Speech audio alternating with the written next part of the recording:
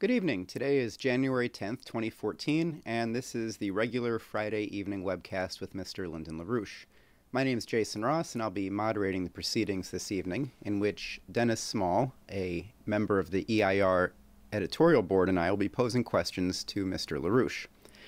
Mr. LaRouche would like to jump right in with the first question. This comes from an institutional source in Washington, D.C., who would like to know, say, Mr. LaRouche, we would like your assessment of the present European crisis from the following standpoint.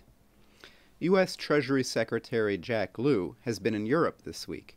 He's been demanding that the European Central Bank adopt the U.S. Fed policy of unbridled quantitative easing, including the ECB purchasing vast amounts of worthless securities from the major European banks. Under this policy, the U.S. Fed has expanded its own balance sheets from around $800 million in 2008 to nearly $4 trillion today. How do you assess this policy, and what is your evaluation of the current financial and economic situation in Europe? What are the alternatives for both Europe and the United States? Okay. Well, this is a rough one. Not rough for me, but rough for a lot of other people. First of all, Jack Lewis is a fool.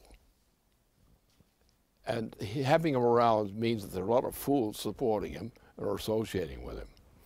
Because none of that is going to do any good. It will only do very bad to the United States at an accelerating rate. It's the accelerating rate which has been going on since Obama, actually. And what is the Obama crash, which was a ensuing crash, which had already been under the Bush administration, the last Bush administration. In fact, there's been a decline in the net physical economy. That is the net effect of physical economy, what you can eat, and what you can wear, how many jobs you can have, all this thing. That has been in decline since the assassination, the combination of the assassination of Jack Kennedy and the start of the Indochina War.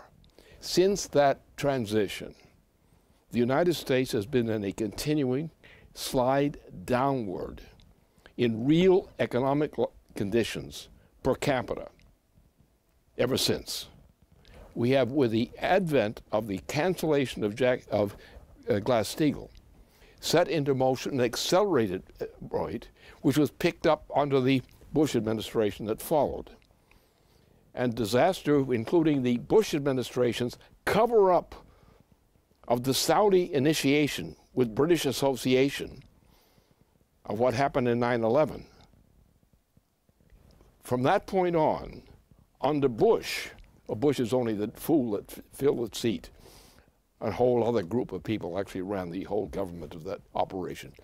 In the name of the Bush family. From Prescott Bush on, the Bush family has been a center of the greatest travesty, political travesty, in the leading circles of government of the United States ever, as a continuity.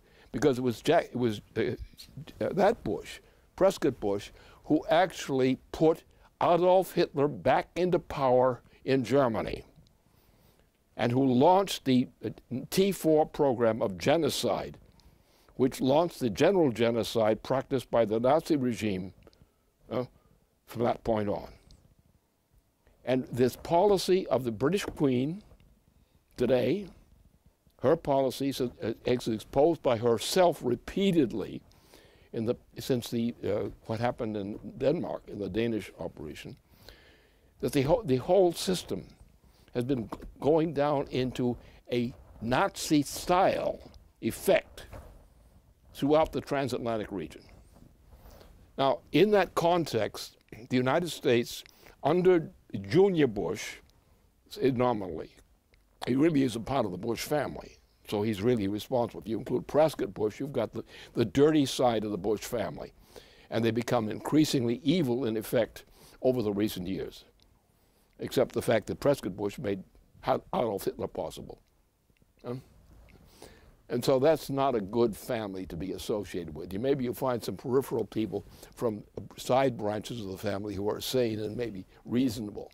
but the family of the Prescott Bush, George Bush family in the presidency has been the greatest travesty in the United States history since that time. When Bush came into power, actually, in terms of the CIA position he occupied.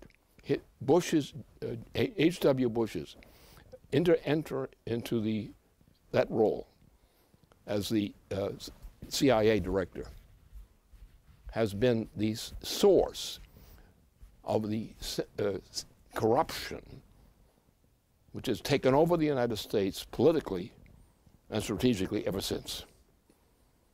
It was that Bush, then coming in as a vice president of the United States, who, against the president of the United States, in opposition to the president of the United States, who set us up for destruction during the 2 terms of office of the president at that time. We had another president who had 2 terms because Bush, as a president, was such a bum. H.W. Bush was such a failure and so disgusting that we elected a guy from the South and who served 2 terms with a piece of crap on his back all the time as vice president. And I'm talking frankly because you come to the time, you can't be gentlemen about being polite. You've got to tell the truth for a change and not do double talk to try to smear somebody over, in terms of convincing them to behave themselves. So that was that process. Now, after Clinton was out of office, from the moment that Clinton left the office of president in his 2nd term, the accelerated United States and the cancellation of Glass-Steagall in that context, where Clinton, who was being intimidated and blackmailed, went ahead with canceling Glass-Steagall. At that point, from that point on, with the entry of George W. Bush Jr. into the normal occupation of the presidency, the United States went through an accelerated rate of collapse. Not only accelerated, but accelerating rate of collapse. Now that's what the reality is, which Jack Lewis represents. Now this became worse with the Obama, because Obama's first significant measure during his first term in office, the first year in office, was to set forth a program of genocide, which was identified by some leading publications in the United States at that time, Time magazine. It was on the medical program which Obama was installing. And at that time, that magazine exposed the fact that Obama's central policy from the beginning of his administration was a program of genocide against the American people. And we've been enduring genocide under the Obama administration, whether he did it or not, but he did it himself as president. And I attacked that during the first year of his term, decisively. I had all the evidence. He should have been thrown out of office in his first year of term in office. And the gutless wonders who didn't throw him out of office on the basis of the fact that he had a Hitler-style program, an Adolf Hitler-style program of genocide, in terms of the name of health care. What he has done recently, beginning this year, to implement, was a genocide program worse, in effect, than was done by Adolf Hitler in the period of his T4 operation, which led to the general genocide and the victimization, massive examination of the Jewish population in Europe and at that time. So this is the Obama, the President Obama, who corresponds to that particular history of the United States and beyond. So then again, this Jack Lewis thing is a really tragic, silly joke. Worse than silly, it's a criminal joke in terms of its silliness. It has nothing to do with any possibility of an economic recovery or even alleviation of the evil under this administration. The only way you can save the U.S. economy is to throw Barack Obama out of the presidency by impeachment.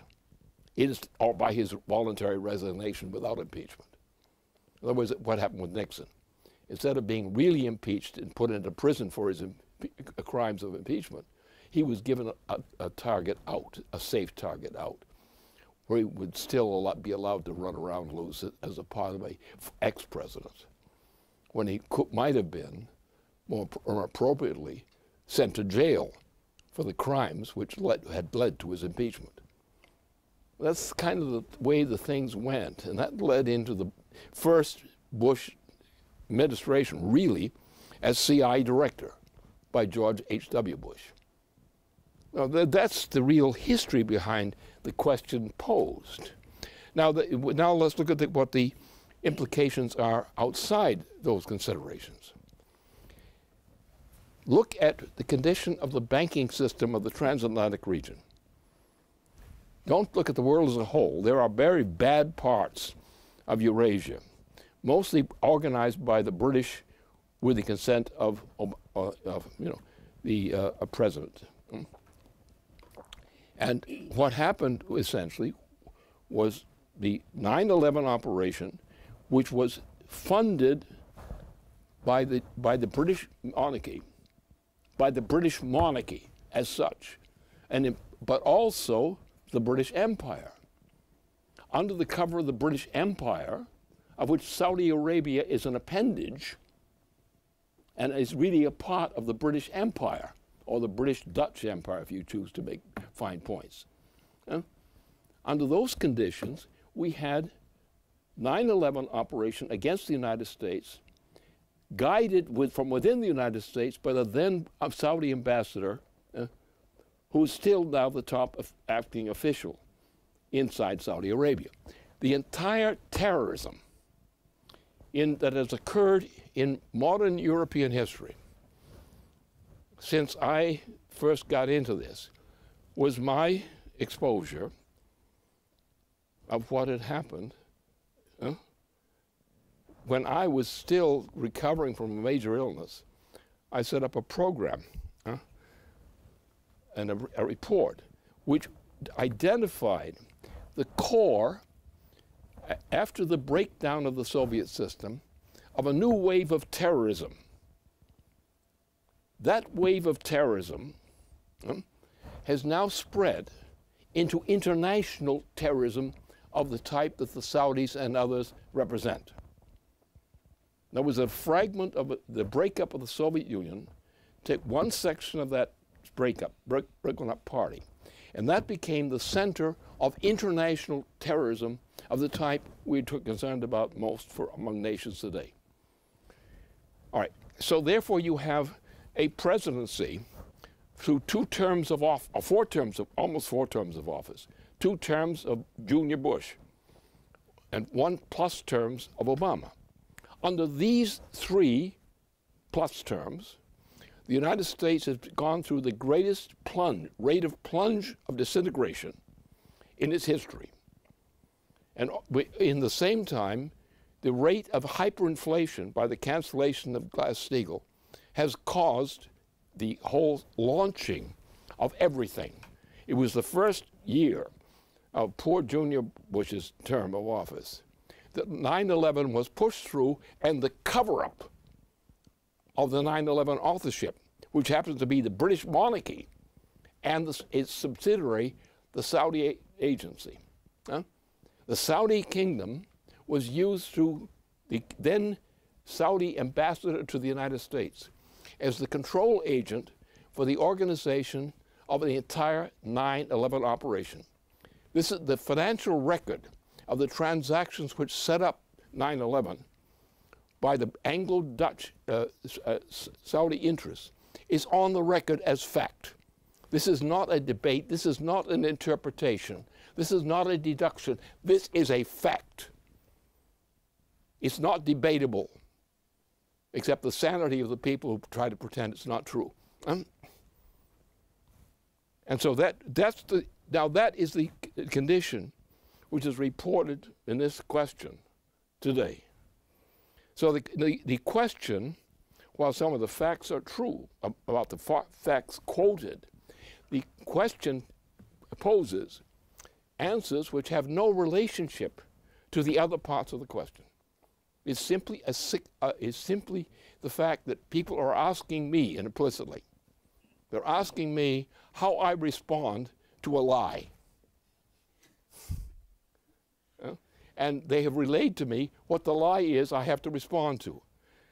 And thus I should say I have responded.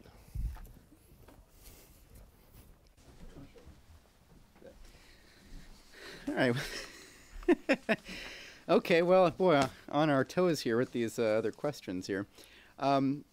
Change the order a little bit and follow up on the theme that you ended with about Saudi Arabia and 9/11 and your video Storm Over Asia. So as the next question, let's take up U.S.-Russian relations.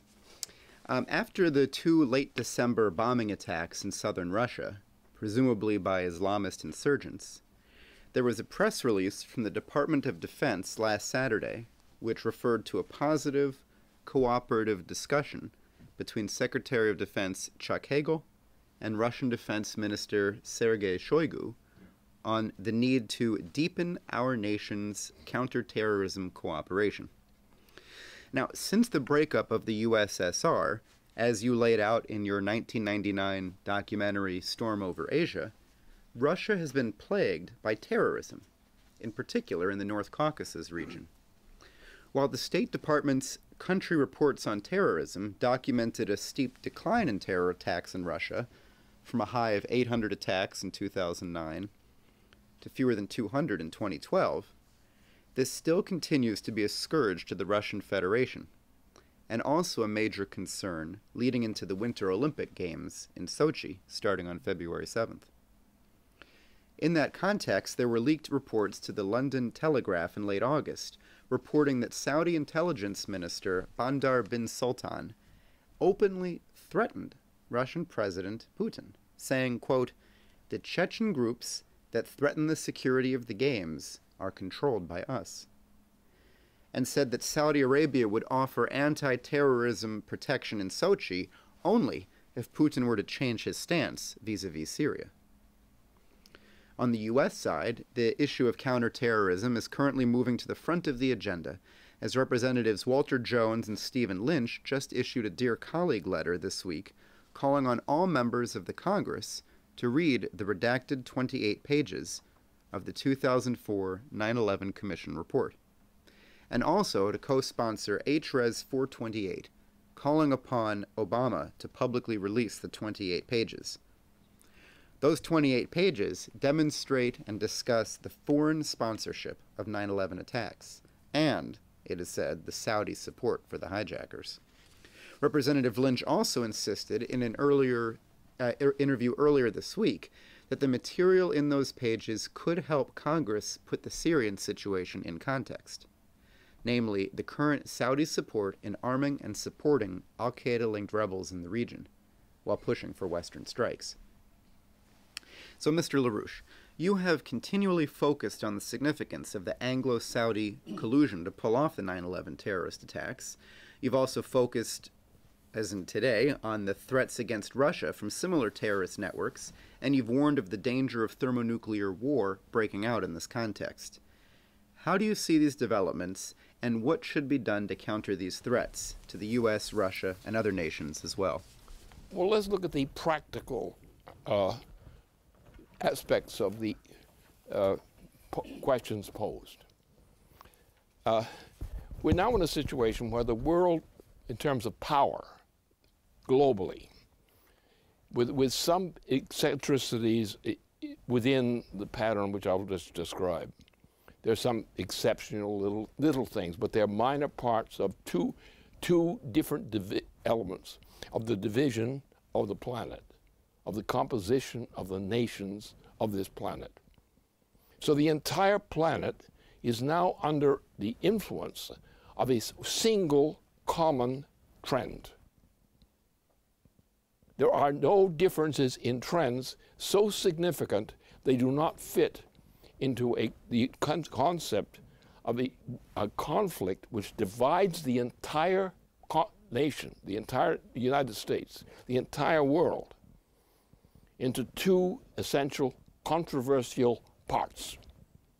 On the one hand, you have in the transatlantic region, you have a pattern of a accelerating collapse of the physical economy of their world. That collapse is determined and impelled by the British monarchy, the same British monarchy involved in 9/11 and the authorship of 9/11, because it was not just simply a Saudi operation, it was an Anglo-Dutch-Saudi combination in which the Anglo-Dutch element of the Queen of England and her neighborhood, and then with the Obama factor in this thing now, which is now what was the Saudi, etc., favor of 9/11. That British element, the British monarchy element, is the key controlling factor still to this day, in fact, in that sector of the world, the transatlantic region. The entire transatlantic region is under a financial manipulation system controlled essentially by the British monarchy. The British monarchy not as England, not as Britain, but as a whole part of the British Empire. And everything associated with the British Empire is essentially this same thing. That is the enemy of humanity. The principal enemy of humanity is that British-centered system which has enveloped control over the United States through the aid of people like Prescott Bush, the man who is typified. There are other people who are also in the same package that Prescott Bush was involved in. But Prescott Bush created Adolf Hitler by redeeming him from bankruptcy in Germany. And when Hitler was hit with bankruptcy for his debts, campaign debts, he would have been eliminated as a position in power in Germany. It was the fact that Prescott Bush and his Confederates of the same crew centered in London and in New York City, in that area, and also in Washington. This is what created this mess, this combination. Now, on the other side of the accounts, you have another section of the world, which is not purely of one characteristic. For example, Storm over Asia was done by a certain unit which had been part of the Soviet Union, which became the core of all worldwide terrorism from that point. So there's a single source, what began with Storm over Asia, and which I first exposed on my studies. It was a video which documented the initiation of terrorism from out of the former Soviet Union. This terrorism, then located, still exists today and is the core of the terrorism in neighboring Russia as such. That was where it was started. In the neighborhood of the breakup of the Soviet Union, a certain element which had been formerly a part of the Soviet Union grew up under foreign influence and sponsorship, considered a vulnerable point in terms of the European or Eurasian system, and decided that they were going to work on creating a terrorist movement in this pinnacle which had been formerly part of the Soviet Union. That thing, launched by the British Empire, set into motion the first of that significant form of terrorism which prevails in many parts of the world today. This coincides with drug operations, supporting operations, of legalizing drugs. These are all part of the same system. And it all centers from the British Empire. And we will, but now what's happened? Now, because of the British Empire's attempt to crush Asia, an interesting thing has happened, Eurasia actually. We now have a Eurasian sector of this whole part of the planet. It's not a pure one, but the dominant elements in that part of the planet, which it means the part that's west of the United States, or west of Europe, that Central Europe, is a part of this transatlantic region.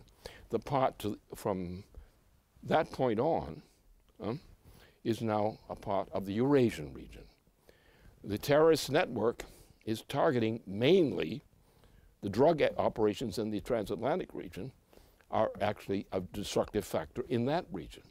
The impoverishment, which was introduced by the Green Policy, introduced by Britain into the United States over the course of the 1960s, and launched by aid of the assassination of President Kennedy. The Kennedy assassination and the immediate sequel of a war in Indochina in which the United States would never have been involved but for the assassination of Kennedy. That determines the policy which since that time, since the transition into war in Indochina, in the participation of the United States, the economy of the United States, for the people of the United States, has in physical terms been in constant decline into ruins today as a result of that process. That process is typified of the British Empire's determination by the Queen herself, who came out in the open on this in the wake of the Copenhagen mission. She came out openly saying that she was committed, and repeatedly stated this, had large assemblies of British, what you ought to be when you call them, the big asses. Right? They backed her in a policy of reduction of the human population at a rapid rate, which amounted to her commitment to reduce the human species from what had been approaching 7 billion persons down to 1. The intention of the British monarchy and her empire is to do exactly that. This is called the Green Policy. And the green changes in the United States have been a crucial means by which the United States has been destroyed, and the people of the United States have now been murdered. Why are they being murdered? Because the Queen has a green policy with embellishments attached to it, which have increased the decline of the potential lifespan and numbers of people who can live inside the United States itself. There is no problem of poverty in the United States which is not a product of these factors, where the British Empire, working from inside their influence in Wall Street and other parts of the United States, have actually conducted an economic program which has impoverished the United States consistently from the time that the Indochina, not the Indochina, but the Southeast Asian War started. Right? That's the history of this thing. So therefore, what we're faced with today is a following result. We now have a transatlantic region of the world which is an accelerating rate of decline. Look at the conditions in Spain, Portugal, now France also, in what the death rates acceleration by economic means and others in terms of Greece and so forth. Southern Italy is a real travesty area. Again, the old southern Italy area and other things. So therefore we've come to essentially the world situation where the world is divided now into two groups. The area which was going through reduction, which was the Eurasian area, not the Eurasian, but rather the transatlantic area, that system is now crashing. The United States is dying. It's dying of the Obama administration, and it was already dying under the young Bush administration, even though young Bush didn't have the brains to be a menace. That is not on any scale like that. Right? We had advisors who ran him. Right? But he came from the Bush family, the Prescott Bush family. But he was just a runaway drug addict kind of president. And he wasn't really that brain effectiveness. The other people involved were much more clever and much more knew what the business was all about. And that was the Wall Street crowd. So you're looking at this problem. Now what does that lead to? The lead, in fact, is the transatlantic region as a whole, in net, has been in a state of collapse, of physical economic collapse. Forget the money business, because that's that is money business, or otherwise called monkey business. But the reality is that at the same time, since the recent period, Russia has gone from impoverishment toward recovery, a very significant recovery economically and physically.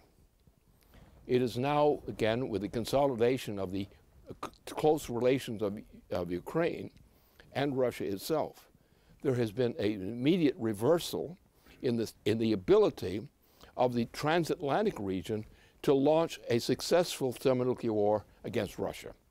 And up until the time that had been settled, where Ukraine had not been pulled over into the control by a bankrupt Europe, at that point, then the conflict became acute. Now, as a result of that, the ability of the British interests, including the United States as a puppet, a virtual puppet, has been lost. They do not have the capability strategically to go ahead and simply win a victory of defeating Russia and China and so forth. They can't do that anymore. Now they come down to about a struggle which they still try to maintain. And that struggle will continue. We don't know how long. But what's happening is there is a very sharp, under the new administration in China, there's been a very sharp acceleration of very high technology progress.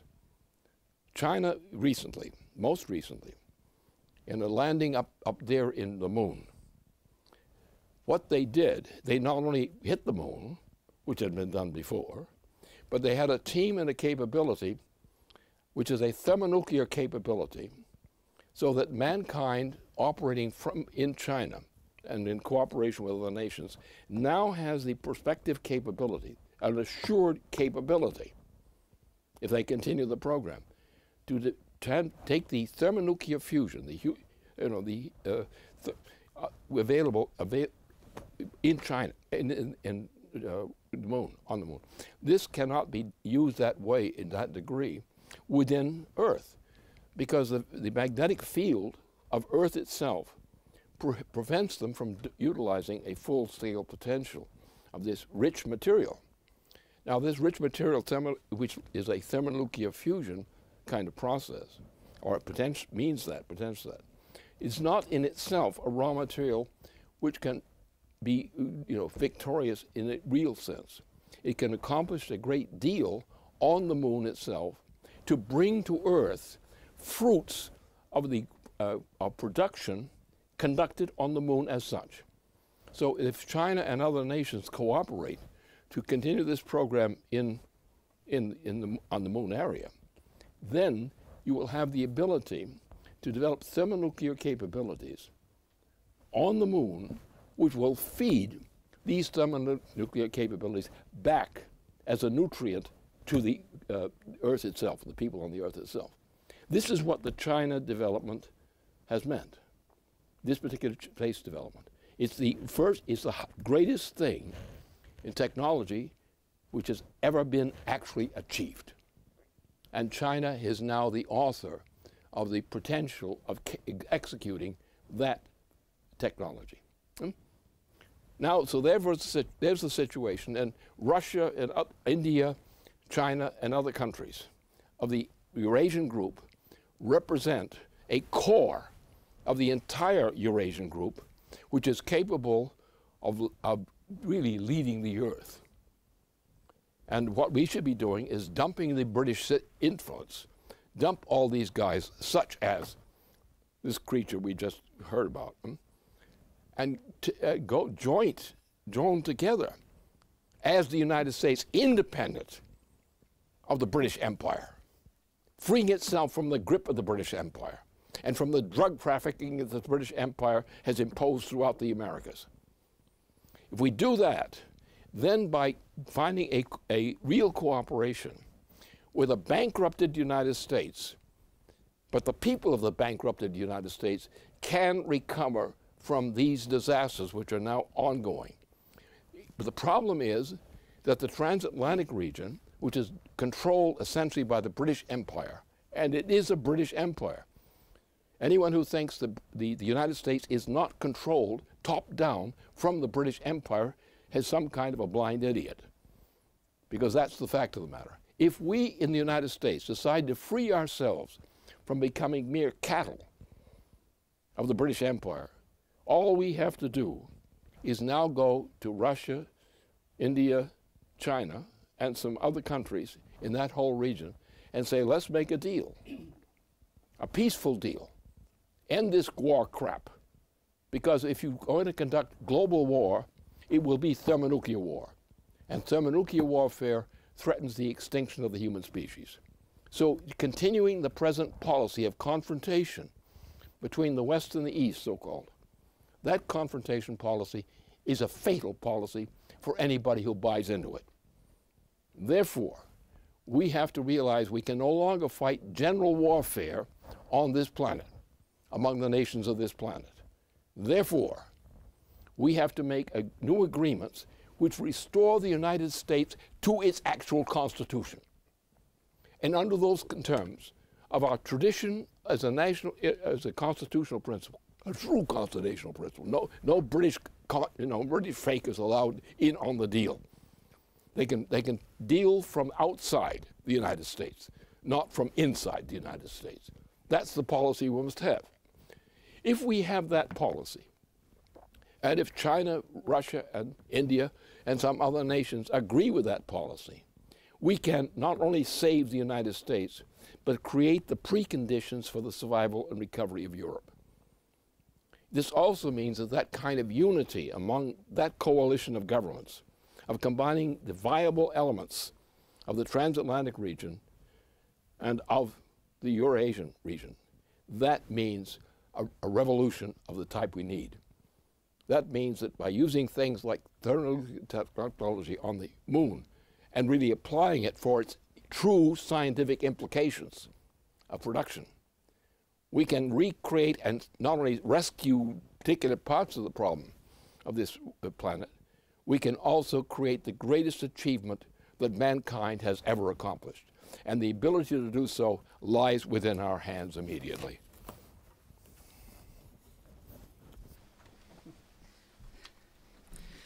I'd like to ask Executive Intelligence Review's Dennis Small to ask the next question.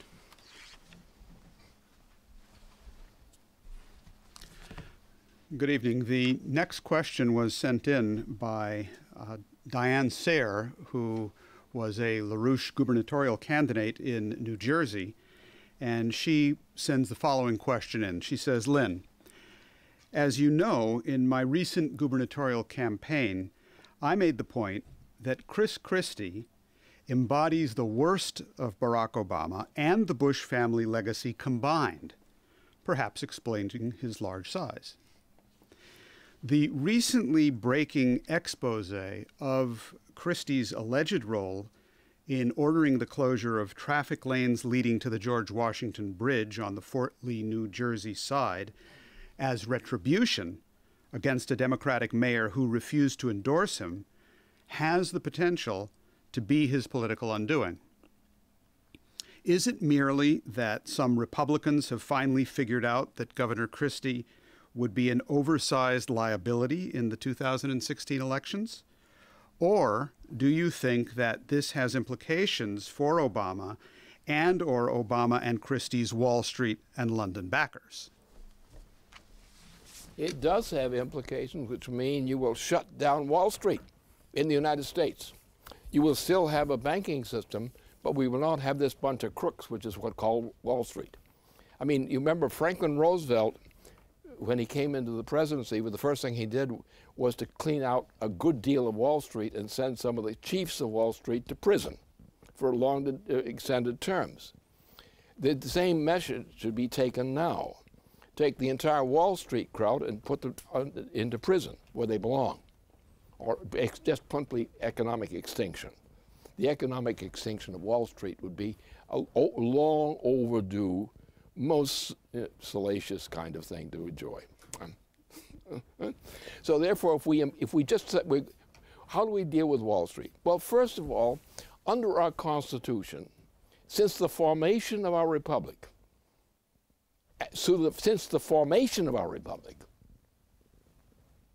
and its first president, The United States has been committed to a policy which would be considered anti-British policy.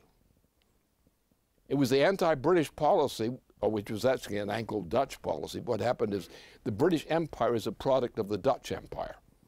And the Dutch Empire, through a series of wars, conquered the British Empire and subordinated it to Dutch control. And they named the product of this whorish mess as the British Empire, which is different from the Kingdom of Britain, of Great Britain. The Kingdom of Great Britain, or what became Great Britain, was actually a sovereign entity in its nature. It was a very imperfect sovereign entity, but it was a nation. Once the Anglo-Dutch combination had been established and rechristened as the British Empire, just as a big bad joke against the people of England and Ireland, because the murders, by which the Dutch faction, the murders of the Irish began with the Dutch. And the mass murder of the Irish by the Dutch is what created the British Empire. As a suppression of the first American Massachusetts Bay Colony was crushed by the same damn Dutch interests, which in North America were the Dutch interests, the Dutch financial interests, operating out of what we call New York City today. That's the history. And that's the way we have to look at this thing. Now look at this question of Christie. Christie is a slug. I mean, there's no doubt about it. It's all public. He's a slug. He got an artificial belt stuck under his skin to try to hide the big, fat, slobby belly, which he's toking around, which is not really good for his health. But his health is not my greatest concern. And that's the situation. That this is a slug which should never have been in office anywhere for anything, not in public office. And his belly aches, really, he should look at his waistline to see if he can relieve some of the pain.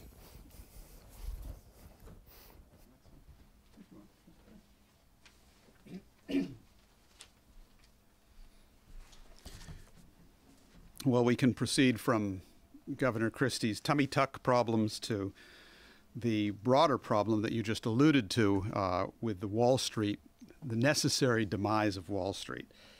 Now, beginning 2014, I think that pandemonium may in fact be the best word available to describe the state of play among international financial circles. You have a $1.6 quadrillion speculative bubble. It's totally unpayable. It's growing.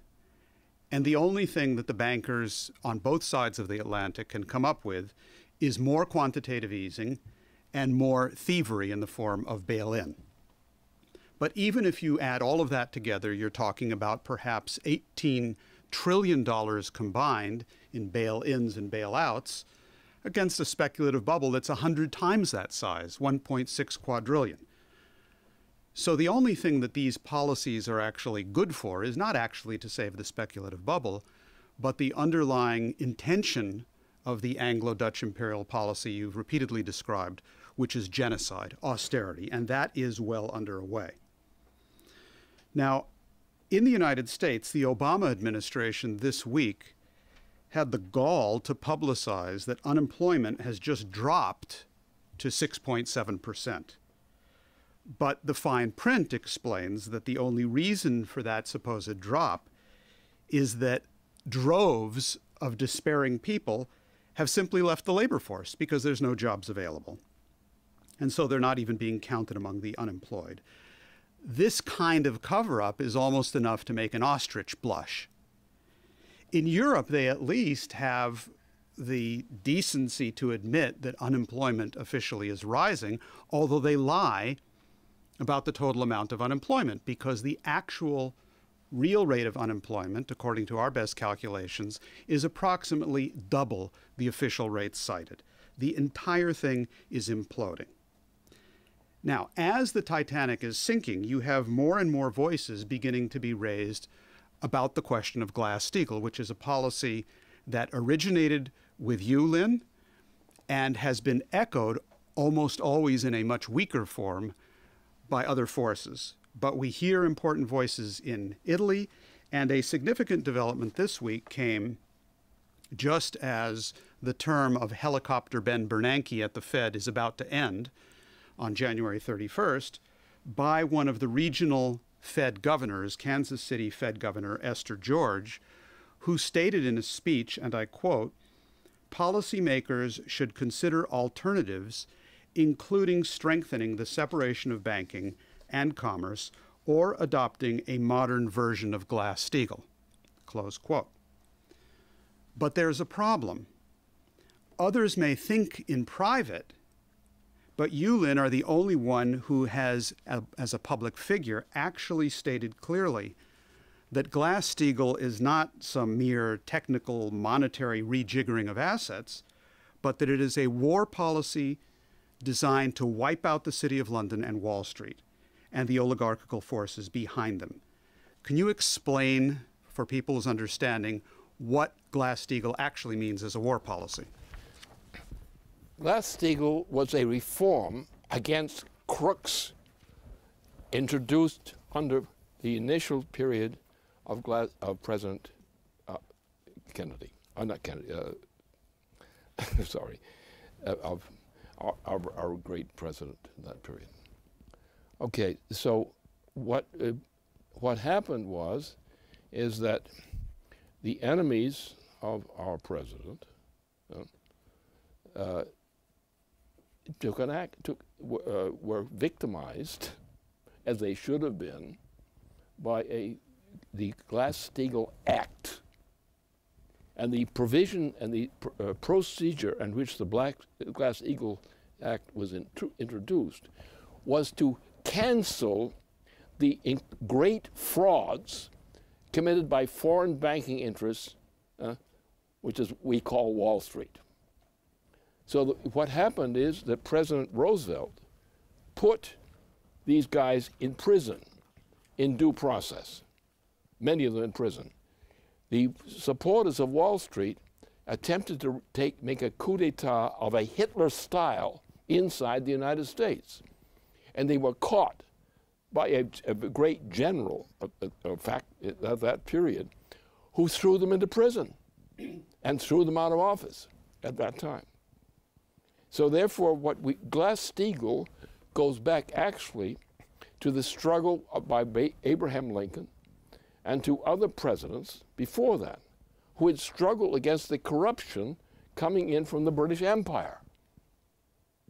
But the basis for this corruption was located chiefly in the area of New York City.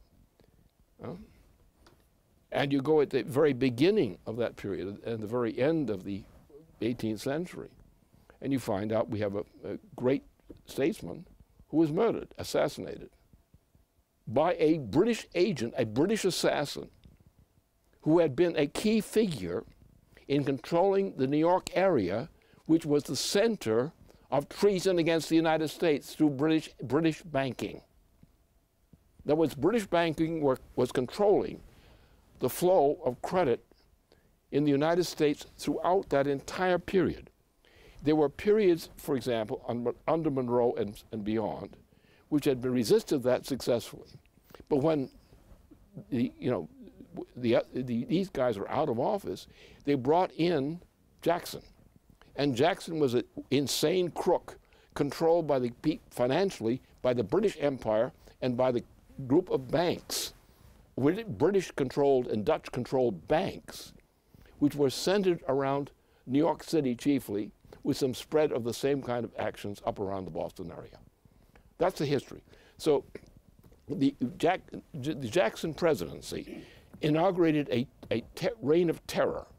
Jackson himself at that point was simply a brutish creature, yelping and doing crazy things. But you had the crew that controlled the Jackson administration were the greatest thieves and enemy of the United States at that time, which include the same person who was a British agent who organized the Jackson administration, created its initial funding, and so forth. So a British agent, a professional assassin, the assassin who assassinated our chief Secretary of State, our Secretary of Treasury. And that is what the history has been. We have been struggling inside the United States ever since the foolishness of Jefferson. And Thomas S. Jefferson, when he was as a president, was an idiot. He was an idiot in fact. And only later, with Monroe, did a really sane president committed to really purposes. And the greatest accomplishments were in that period were created by John Quincy Adams. Adams, who was president for one term, was thrown out of office through the British interests represented, or typically, that is a representative, by the Jackson candidacy. But Jackson didn't run it. Jackson was a thug, a murderer, all these kinds of things, and a slug. But he was not the real author of the throwing of John Quincy Adams out of office. We had, as a result of that, you had a totally British banking control directly over the United States, operating chiefly through British banks, actually British international banks, rooted in the New York City vicinity. Since that time, the United States had never had a decent existence, because what had happened is what led into the Civil War, a situation which became impossible. And fortunately, in the first great battle, actually President Lincoln and his forces had actually defeated the Confederacy forces. But the resistance and dirty tricks by the Confederacy leadership continued to be a bloody asset inside the southern part of the United States as such. Lincoln actually was assassinated by the British and totally by the British monarchy. The assassination of Lincoln was done by the British monarchy. And the facts are known. So therefore what happened, we had an off and on gone situation under Lincoln, who was assassinated, just like Jackson. Our Jackson. And so what happened, the assassination in the 1960s, which occurred, opened the gates again to a foreign-controlled assassination based on Wall Street interests. Then his brother, who had been nominated as a candidate for the U.S. presidency, was also assassinated, and a cover-up was done. So, and from that point on, the United States was still with the Glass-Steagall law on the books, went through a crisis in 1971, which I was the first to have forecast, actually, publicly. No other leading figure in the financial community of the New York area and so forth they had all insisted this crash would never happen. That the existing policy of the Treasury system would protect us against any future crashes. And 3 years later, that crash actually occurred. And I had forecasted 3 years before. So then in the summer August period, the entire system of the United States, banking system, went into a crash, which is the great crash of 1971. And I conducted a debate with a imported British agent, the greatest British liberal economist in the world at the time. And I proved him publicly in a debate in New York City that he was an idiot. And by the time I got through with him, everyone who had been at the meeting knew that I had proven he was an idiot. But that didn't give me any much help. Quite the contrary, because I was going against Wall Street. When I exposed the fraud involved in that crash, I became less. Fortunately, there were a number of people who came from the vintage of the Franklin Roosevelt administration. And from that vintage, they had been leaders in the Franklin Roosevelt government circles on the military security and related things. And a division of that element of the survivors of the end of the Roosevelt administration were still in the 1980 administration, were still representatives of the core of the intelligence community of the administration of Franklin Roosevelt. In 1978, in 1978, to get this thing completed, in 1978, I had been brought into collaboration with the people who were to form the intelligence service, that is the Federal Intelligence Service, under the new presidency in 1980-81. Under this condition, I had organized, including initially, had negotiated an agreement on the SDI with the Soviet Union. And important sections of the leading military and other forces of Germany, of France, of Italy, and other countries had joined with me in the agreement to push forth with the SDI. Now, the SDI would have prevented all of this mischief which had been accumulated up to that point, because to striking an agreement dealing with a desperately bankrupt Soviet Union would have done what Franklin Roosevelt had intended to have done in terms of his first negotiations with the Soviet Union. The death of President Franklin Roosevelt meant that with Truman, the United States went back to the old bullshit and evil under the Truman administration. We had presidents who came in as president in the 1980s and so forth, and earlier. We had presidents who were actually personally committed to the same kind of policies which I was committed to promoting. But then the real control of that administration lay not with the president, who was constantly undermined systemically by the Bush family representatives. It was the Vice President Bush under that administration which brought about the corruption of the effect of that administration. And then you had, Bush was such a bum that he served one term in office and everybody wanted him out of office. Right? At that point, Clinton came into office for 2 terms. Well, he had a bum as a vice president, and that was one of the curses he put up with and dealt with.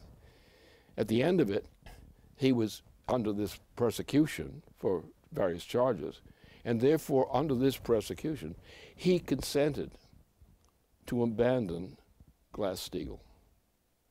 So therefore, the blackmail of Clinton in the last period of his presidency opened the gates for hell, which the United States and its people have been suffering ever since.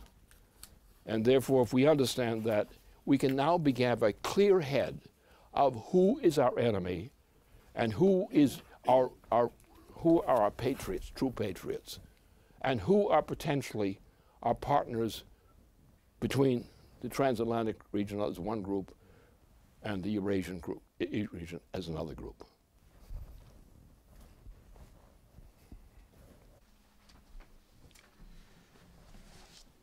Our final question for this evening addresses this issue that you just raised of who our enemy really is.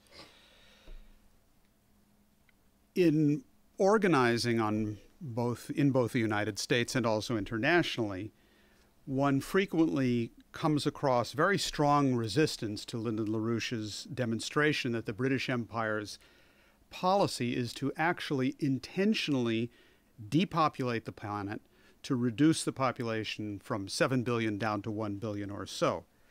And people also object, with no evidence at hand, to the idea that these same forces would actually threaten and could potentially use thermonuclear warfare as a means of implementing that policy, especially warfare against the Asian Pacific powers, Russia, China, and so on. The response is frequently, oh, come on, nobody is that crazy. No one is crazy enough to propose that. But similarly, you, Lynn, have repeatedly insisted that people are not only missing the point on that, but also are wrong to think that the Olympian Zeus and Prometheus were merely mythological characters and somehow not real, actual political enemies to each other. So I would like to submit evidence tonight that not only does Zeus exist, but in the 20th century, he also went by the name Bertrand Russell. The British imperial genocidalist philosopher whom you, Lynn, have repeatedly called the most evil man of the 20th century. After all, Bertrand Russell was explicit in promoting depopulation. Those who deny that this is the British policy take note. Because in 1951, in Russell's Impact of Science on Society, he said, and I quote, "War, as I remarked a moment ago, has hitherto been disappointing in this respect of achieving depopulation. But perhaps bacteriological war may prove effective. If a Black Death could spread throughout the world once in every generation, survivors could procreate freely without making the world too full. The state of affairs might be somewhat unpleasant, but what of it?" Close quote.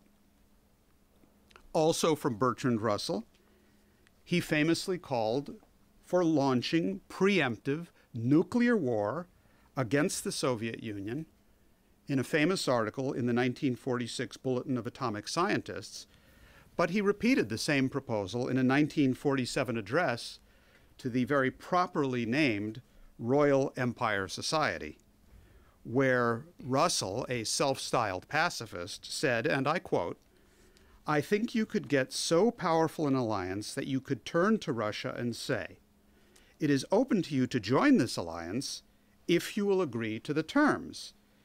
If you will not join us, we shall go to war with you.' I am inclined to think that Russia would acquiesce.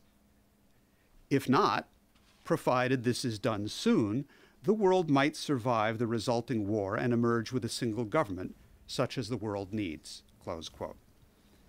And finally, Bertrand Russell was a leading proponent of the Aristotelian view that not only can man not know the future, but that the future in fact doesn't exist, which is of course the exact opposite of the Promethean outlook of willful human creativity. Russell argued in his 1912 The Problems of Philosophy, one should rather call it The Problems of Russell, that you simply cannot state with certainty that the sun will arise tomorrow morning. All we can know, he says, is the sense perception that it has repeatedly done so in the past, and so there is a probability that it will happen again. But the actual causal role of universal principles, most emphatically human creativity itself, does not exist for for Bertrand Russell.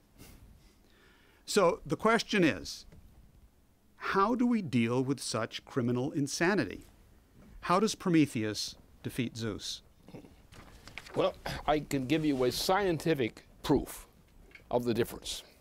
And I do mean physical scientific proof as understood by the definition of physical science, and applying the principle of physical science to history. And going to the technology, we can also go to the technology of the process of science, which results in the successful development of the human species. This is the issue, this is the policy which is there, which exists in known knowledge, which discredits both the Zeus policy and proves that Zeus is a evil bastard and always was. The easy proof is any good scientist, even with one with great imperfections in his particular kinds of conviction, especially recently. In the recent period since the beginning of the 1960s, that great handbook of chemistry and history has had a lot of pollution injected into it. But the essential idea of the history of physical science, as typified by that handbook, of which many editions have emerged over the course of the time, it always has the same essential point of proof in it. No matter how much anything else is inadequate in early periods or is corrupted in later periods. This one thing stands consistently as not only proof of modern times, but it contains the proof of all known existing human existence. Now, what is that proof of this little handbook? How does this little, not so little handbook anymore, how does this handbook of chemistry and physics help us to understand what's wrong with Obama and, incidentally, with Zeus? Or the other way around. Zeus and then also Obama. What it is, Zeus, like Obama, represents pure evil. He's not an author of pure evil. Hitler was also very busy at that business. So was the Roman Empire. So were most of the genocidal campaigns run by various national groups or social groups in the known history of mankind. The Zeus versus Prometheus conflict is one of the oldest conflict actually known to mankind. It may not have originated with Zeus. It may have come there before, an antecedent of Zeus. But the Zeus-Prometheus division is the most fundamental known factor of development in all human history. Now, for example, this is the difference between a good guy and a bad guy since that time. This is the oligarchical system, is what is known in all literature or competent literature. The history of mankind included everything that deals with that. The idea of imperialism, the idea of all these kinds of corruptions come from Zeus. The corruption of Christianity in many sects comes from conceding to avoid attacks on the Zeus principle. And with the fault of Christianity, it lies not in Christianity, but it lies in the factor of the consent to live under the reign of kinds of government and social processes which are actually commitments to the idea of Zeus. Now, how do we get at this? Through the aid of chemistry as a shortcut to going quickly to the crucial point that makes that distinction. Well, chemistry. Because the history of chemistry is a history of the voluntary discovery and creation of notions of principle of production, principles of existence, which are based on the principle of chemistry, which means that the idea of chemistry, not chemistry as such, the idea of chemistry, because chemistry is not an idea. Chemistry is something you simply believe in. But that's not an idea. An idea is a compelling principle which determines the effect on mankind of the choice of principle. These choices of principle we call technology. I'll call them products of technology.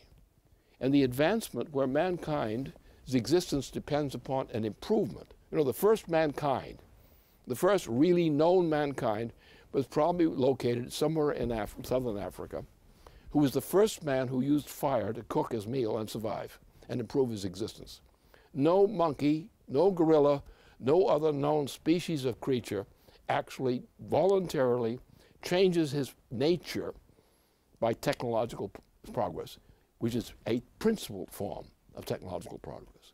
Now, what you get in the handbook of physics and chemistry is an attempt by professionals of our culture to try to explain how the progress of mankind occurs, how it is developed.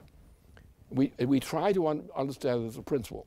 Many of our best scientists, or not bad scientists, do not really understand what they believe in.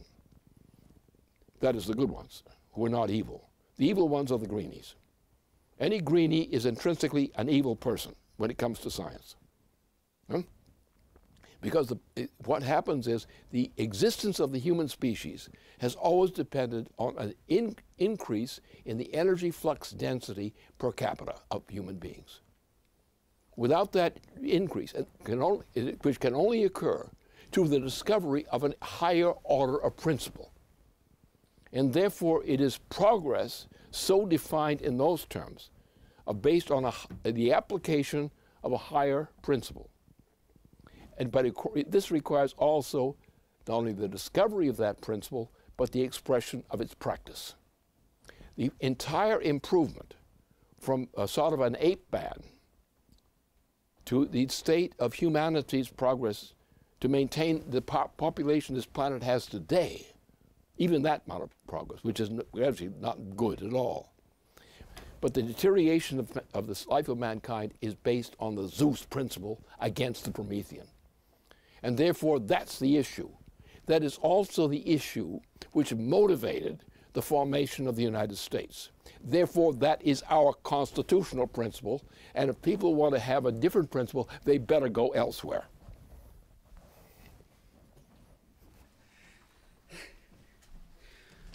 Well, that's a pretty clear direction. That's how the United States, the colony occurred by Columbus, that development, and what the consequences of that. And everything that followed that was good in this United States was based on the rejection of Zeus and the support for the actual practices of Prometheus. And Christianity is for Prometheus. Other forms of so-called Christianity have a lot of fake built into them, kissing the butt of the people who are oppressing them. Mm-hmm. All right. Well, that was certainly an exciting event. Thanks for joining us. We will see you again next week.